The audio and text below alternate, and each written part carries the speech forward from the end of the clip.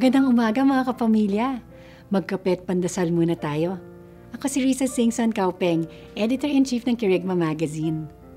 18 taong gulang si Jackie Pullinger, isang Ingles, nang naramdaman niyang tinatawag siya ng Diyos na maging isang misyonero. Pero hindi niya alam kung saan siya tutungo.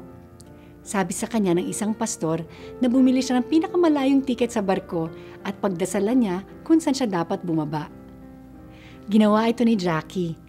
Tuwing dumadaong ang barkong sinasakyan niya, tinatanong niya ang Panginoon kung dapat siyang bumaba.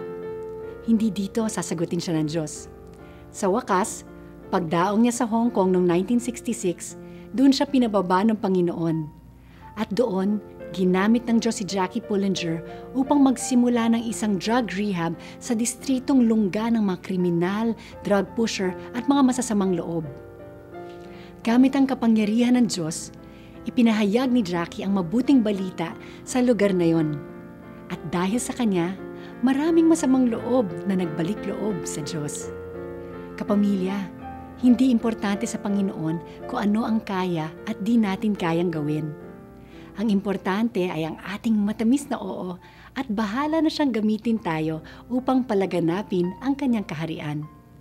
Tayo'y manalangin. Panginoon, gamitin niyo po ako sa pagpapalaganap ng kaharian niyo dito sa lupa. Amen.